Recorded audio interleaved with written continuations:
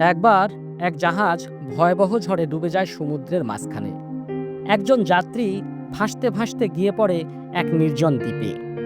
জ্ঞান ফেরার পর সে আল্লাহর কাছে শুকরিয়া আদায় করে। প্রতিদিন সে সমুদ্র তীরে বসে থাকতো কোনো জাহাজের আশায়, কিন্তু কোনো জাহাজ আসতো না। সে একটা ছোট ঘর বানায়, অনেক কষ্ট করে আগুন জ্বালায়, মাছ ধরে আর ফল খেয়ে দিন কাটায়। একদিন খাবারের খোঁজে বনে যায়, ফিরে এসে দেখে তার ঘরে আগুন লেগে সব পুড়ে ছাই। সে হতাশ হয়ে চিৎকার করে বলে, হায় আল্লাহ, এত কষ্টের পরেও তুমি এটা রাখলে আমার জন্যে। কিন্তু পরদিন সকালে তাকে অবাক করে একটা জাহাজ আসে উদ্ধার করতে।